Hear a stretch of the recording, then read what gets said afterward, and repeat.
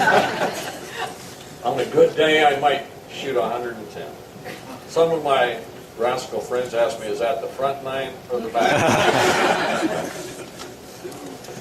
Well, John we would play up in the 9-hole course here from time to time. John snookered me into betting a case of beer every time we played. Nice man, gentleman that he was. He always spotted me points for my handicap. If there was ever a time that I would even get close, or up on the putting green, just as I'd start to address the ball, John would walk up to me and say, "Now, Don, don't be nervous. Don't worry. Take your time." Well, you know, John's advice had the exact effect he wanted. And yes, I bought a lot of beer. There are a lot of other remembrances, and I know it's getting a little chilly here. But you know, everything from the Military Academy Prep School raid, where you rascals really put wireless and 3 Marine captains in a trick. And what are we going to do with these guys? Great raid, guys. Great. So there's the Marine Corps ball, whether it's Fiddler's Green, whether the football, the days at the academy, it was just all terrific. And of course, one thing, much of the chagrin of Company 1. Company 2 was the color company competition. I'm happy to see that the colors were properly transferred. Too many great remembrances to recount. But no doubt, what we cherish most are the friendships that we share. And the staff was absolutely wonderful. And I want to take time, especially, to recognize, my right-hand man, my confidant, and executive officer of Company 2, Chief Petty Officer Jack May. Jack was absolutely a marvelous man, had his own style of leadership that he was able to take to the men of Company 2, and also how to coach a newly minted captain. Now, Jack was just, sadly, Jack passed away in 2010. But thanks to Kim Marks, he put me in touch with Bunny May, Jack's wife of 40 years, and we just had a marvelous conversation, just remembering that time. He was a special guy. We've gone long enough. The wise man once said about public speaking, be sincere. Now, be brief and be gone. Napsters of 67, I salute you. Super Cadavers.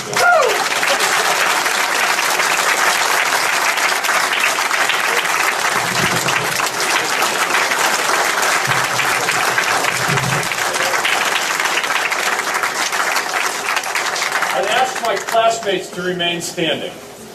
And everybody else, please relax. These 2 gentlemen traveled all the way from California. That tells you something about what they thought about us, huh? There's an old Navy tradition that comes from the Royal Navy, hundreds of years. The way it went is if a sailor or an officer stood out in their performance, at the end of the day, they'd all gather on the brow of the ship, and the captain would recognize that individual, explain what happened, what that individual did to honor the crew and their service and so forth, and then end it with 3 cheers! Hip hip! Hooray! Hip hip! Hooray! Hip hip! Hooray! To Don and Arliss.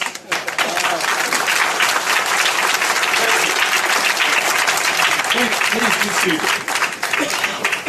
Okay, it's my turn. Right off the bat, I have to say that this weekend would not have been possible, Mr. Capra, without an idea that rapidly formulated Wally and Ken and Bob into an action plan. And Bob, thank you, shipmate, for leading this effort from start to finish. Bob knows how to get things done. And he also knows how to find people to help him get it done. Paying careful attention to detail throughout. He's still at it today with his audio-visual equipment. And he's going to capture the return to NAPS and other ceremonies over the weekend, not only for posterity, but for those classmates of ours who couldn't make it. Ken Marks, you are a magician of the highest order. Watching you all these many months crash every search engine known to mankind, he'd catch a sniff of a person and like a bulldog dig and dig and dig until he nailed them down. It's been like watching chapter and chapter and chapter of CSI unfold. Unbelievable. Wally, task, you just accepted task after task, uncomplainingly. And as people mentioned, the history, the documents that you produced, and I can go on. The list of tasks is an arm length long, and every piece and part of the weekend is touched by work that you did. And then there's Bob Gallagher, who painstakingly went about the business of taking every picture he could find of us out of crews and scanning them into not only onto a DVD, but allowing us to then also put them up on the website. And much of the information that's in your welcome package, those two guys, Wally and Bob, are totally responsible for it. Yeah, I was on the committee, dragged kicking and screaming by Mr. Capra. But folks, it was on these four guys, I promise you. And I get the honor of standing up here, but these guys did it.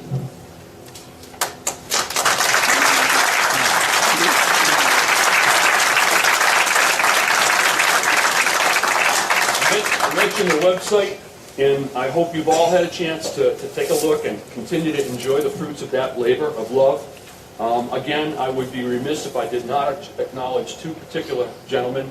One, once again, Bob Capra, who left no stone unturned.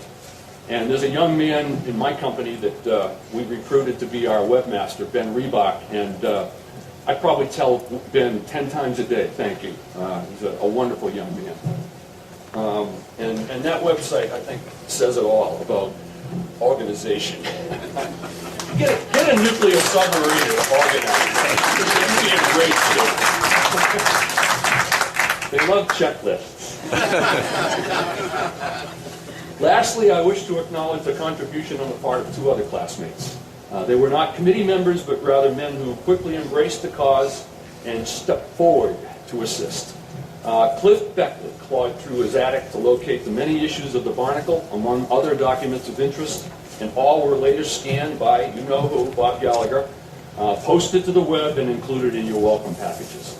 And while Ken did not locate Jimmy Patavina until late in the search, Jimmy, you were quick to assist Ken in that final sprint to the wire. So just to repeat what you've heard a little earlier, by their combined efforts, they managed to locate 144 of the 185 people who were pictured in the crew.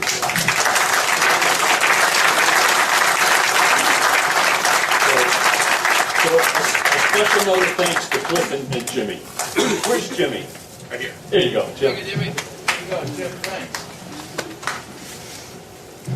You know, people have flown and driven from all parts of the country and even abroad. Steve, Harris. And that means so much to every one of us. Each of us have come to the realization of what an important part of our lives the NAPS experience played. So this is a time to celebrate the special bond we have as NAPS classmates, and to express the profound gratitude, admiration, and respect we hold dear for our military staff and academic instructors, to acknowledge the vital role they played in our young lives, and to thank them for the work in the classroom, on the athletic fields, and in those extracurricular activities. These efforts molded us into the people that we've become today. It also is a time to acknowledge how important these hallowed grounds of Tome School are to each of us. Speaking for myself, I clearly recall my first glimpse, right up the top of that hill, of this campus, and I just about had to pinch myself to prove that I wasn't dreaming. And this was literally about 3.5 weeks after departing July, Vietnam, where the living arrangements were a little different. But whether you just come from a submarine, or an aircraft squadron, or a surface ship, or right out of high school, I suspect you all had a similar reaction. That first impression was powerful and lasting. To a man, we knew this was a special place. It just seemed to reach out, embrace you, and pull you in. You just felt good. And this goodness was pervasive. It was not something we talked about then, but it was there. And it was real, and it spread throughout the class, and we would share it later in life, and we still do today. It's safe to say that we became co-owners of this unspoken goodness as it fostered a lasting bond of brotherhood.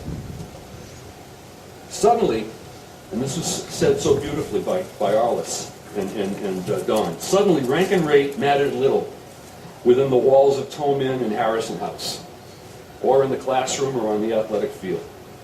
We quickly bonded in a very special way as the somewhat quirky term Napster became something bigger than life for us. For those of us who went on to the academy, the Napster brotherhood persisted in spades.